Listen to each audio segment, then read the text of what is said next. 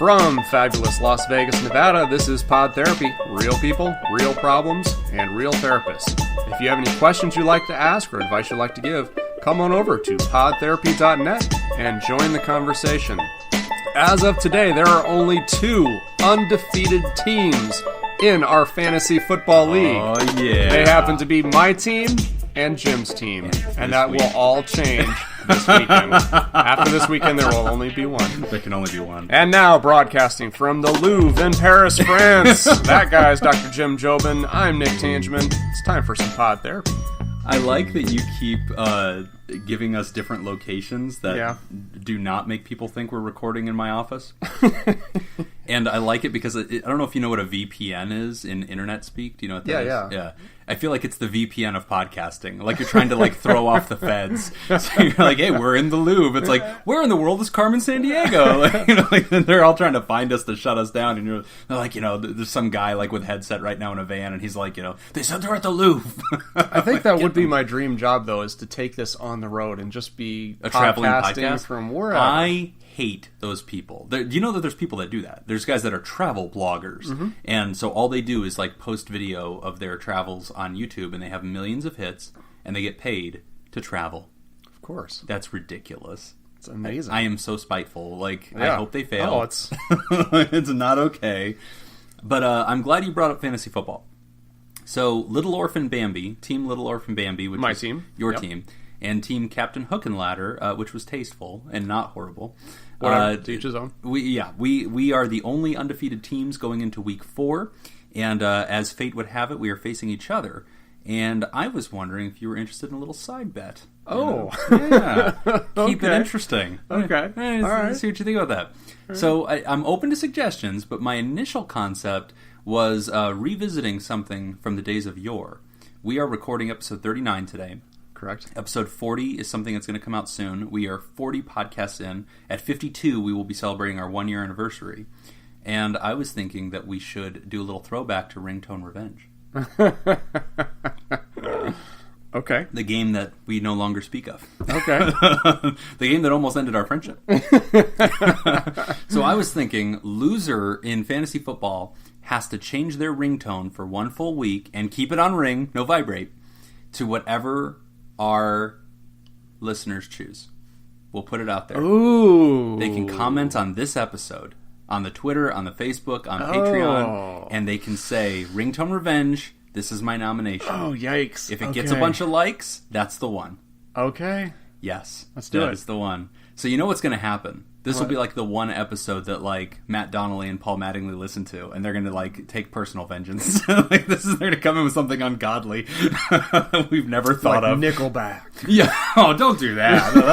That's like a war crime. We don't need that kind of thing. So, listeners, if you would like to select our punishment for whoever loses in this week's fantasy football, you can go onto our Facebook, onto our Twitter, onto our Patreon, and you can add a comment to this episode and let us know what your song is of choice.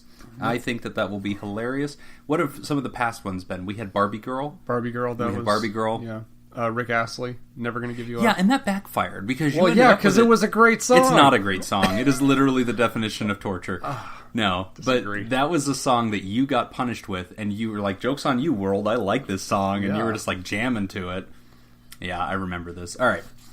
So, everybody, we usually start with some research, some hot off the press stuff, but this week we cannot. Why is that, Nick? Because we got too many people writing in. Everybody's writing in. The world is happening, and we want to catch people right where they're at. If you wrote in this week, we may not have gotten to yours because we had so many that came in, but we have a commitment. We will answer 100% of the things people send in, and so some of those letters may have gotten kicked to episode 40. And so definitely check episode 40 if you don't hear your mail answered on episode 39, because we will try to put it on episode 40. But all right, Nick. So our first letter is titled, How Can I Cope with Binge Eating to Stay on Track? Dear Nick and Jim, I need help. Salt pork. Okay. I need help. Help. I have been on a lifelong weight loss journey. I always remember being a slightly chubby child, but not obese, and I constantly snuck food when I knew nobody was looking. I witnessed my father's death when I was 14, and my bad relationship with food got even worse, as I turned it into a coping mechanism. I gained a large amount of weight within the first year of his death. I battled with severe gains and losses, coupled with binge eating and sneaking food. When I graduated from college, I was at my highest weight of 235 pounds. I was depressed and I hated myself. In my late 20s, I finally made some lifestyle changes. I'm currently 150 pounds, and I'm ready to lose the last 10. That's awesome. That Good is for really you. cool. Note, I do have a diagnosis of obsessive-compulsive disorder. I have ritualistic tendencies, especially with numbers and symmetry. I also pick my skin, even to the point of making it worse, and I bite my nails. I am currently on medication for general anxiety, but do not see a therapist at this time. Now that we've gone through the background, I have 2 issues that I hope you can help me with. Okay. Number 1, I absolutely cannot recognize my weight loss in the mirror. When I look at myself, I still see the 235-pound person that I once was. And when I see myself in pictures, I don't believe that it is me. I feel very disconnected with my body. I do notice that my clothing sizes have gotten smaller and the number on the scale is lower. Lately, I've even noticed that I can't comfortably sleep on my side anymore because my knees aren't covered in cushy fat. How can I work on connecting the images I see in the mirror and in the pictures? Number 2, I'm starting to sneak food and binge eat again. I'm a teacher, and this year my workload has doubled. I'm gone 12 hours every day and have lost all desire to work out or take care of my body. My wedding is less than 6 months away, and I'm terrified that I'm going to lose everything that I've worked so hard for. Why am I sabotaging myself now? What are some strategies that I can use to stop myself before making a bad food decision? Thank you. Effing you in the face. Creole Creamer. Thank you for writing in. That's awesome. That is. And congratulations on the wedding. Yeah, mazel tov. Yeah, and the weight loss is huge. That is awesome. That is nuts. If I could do math, I would tell you exactly how many pounds that is that you lost. But I went to the College of Social and Behavioral Sciences, so I don't do math. I feel like it's 80, right? Because she was 235, and she's down to 150. 150. Yeah, that's 20 pounds. That's awesome. Nuts. That's like world-class level. Yeah. That's very impressive. I mean, I guess one thing that I would say, first of all, my perspective on the weight loss, I think that's awesome, and I always like to congratulate people and give them kind of a pat on the back for the effort. For me, it's not about, I don't say congratulations regarding an image or fitting into this is the way you should look. It's not about that. For me, it's about health. Yeah, and setting a goal and achieving it. And it's all about, I really admire people that, make a decision that, for my benefit, I want to live longer. Right. I want to be healthier, so I'm going to change these things. That is awesome. And it's a lot of work. It's a daily battle as you're kind of just, figuring this out right now. And success isn't measured by falling or the lack of success. It's about getting yourself back on track. Yeah. And you're going to have setbacks, and that's okay. I mean, one thing you got going for you is that you dropped from 235 to 150, which shows you that this is possible. Oh, yeah. And it shows you that you are doing amazingly well. If you have a couple bad days, you're going to survive. You just got to get back on track with it. I actually made a few notes. There's a few things here that I wanted to kind of talk about. Number 1, excuse me. Not recognizing gains. This is very common. Okay. So the part where she says, "Look, I don't identify at this new weight. Like I still kind of see the old me." Yeah. And it doesn't mentally connect that I've dropped 80 pounds. Like I'm not seeing it, and you're saying that's a common thing. Very common. Really? Very common. And well, it's the same way when we work with people with anorexia or things like that. One of the techniques that they will do is they'll actually draw on the floor what they think they look like, and then they lay down on top of it, and the therapist will draw over, so they can see the difference. And part of it is this psychological effect that the way that we view things is naturally distorted. Wow. And there's a lot of cognitive biases that come into play here. That's like huge. we look for things that support our existing belief. We discredit things that don't, right?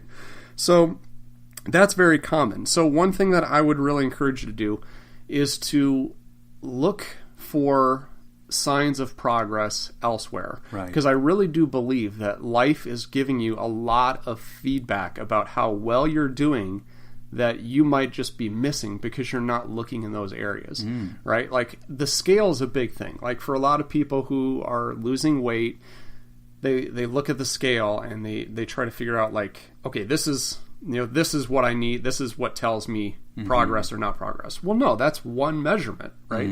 I mean, if weight loss is your thing and you're working out and you're working hard, you're building muscle. Right. Muscle weighs more than fat. Oh, right. So the right? number So you're isn't getting, always yeah, the thing. you're not getting an accurate representation. Okay. There's a lot of different things. Just me personally, within the past year that I've been doing, kind of on this health kick, I don't see myself looking a whole lot different. But I've noticed that there are signs that I do appear a lot different now than I did a year ago. But it sounds like you have to intentionally go to get those and bring them to your own consciousness. Yeah, I kind of have to look for them or at least be aware of signs that I get. Here's an example.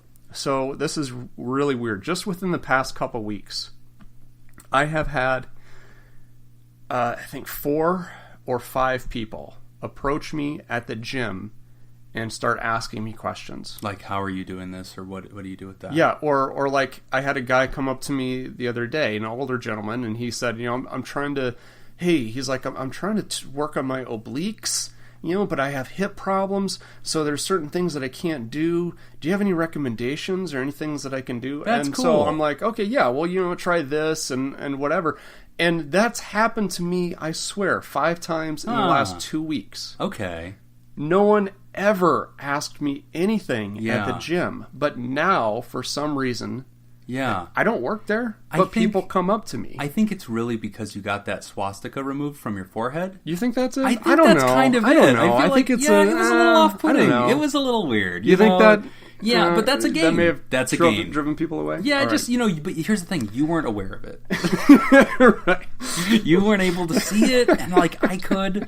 I thought the Charlie Manson thing, now that that's gone, people are like, it was cool in the 70s. Seems like a nice guy. Yeah, it was really cool. It's fading out. It was like this Halloween costume that went wrong. The henna kind of stuck there for a while. So anyway, Creole, just be mindful of some other bits of feedback that life may be giving you that maybe you're not picking up on. I think there's you couldn't have dropped that amount of weight and not have all of these positive signs that things are changing for you. Just try to be aware of some of that. That's really good. And I'll jump in there because I know you have another note, but I'll kind of volley one out. So one thing I think is interesting about this is I really resonate with some of this. So when my daughter was born, my daughter's 3, and whenever she was born, I gained the sympathy weight, and all that stuff. And so I was at my very, very heaviest. I think at my worst day, I was at about 250. Then, when she was about 2 years old, I went through a huge anxiety thing because she ended up going to the hospital. This terrifying thing happened, and I dropped weight like crazy. But, she ended up being healthy, and I was losing weight, so it was great. So that's a great weight loss plan, is put a family member in danger. You'll be fine. But anyway, I dropped down to 198. And I remember thinking my BMI, the thing that they tell you you're supposed to be at, was supposed to be like 195. And I was like, oh my God, I'm almost there. This is great. But I lose track. And it was intentional. It was anxiety, but also it was very intentional. Mm-hmm. And I was just losing weight on purpose at one point. And I empathize with what Creole's saying, because this effect kind of happens where you almost feel safe and you almost kind of get into the rhythm of it. And you're like, I'm doing great. I've done it. I've dropped 60 pounds. I'm doing great.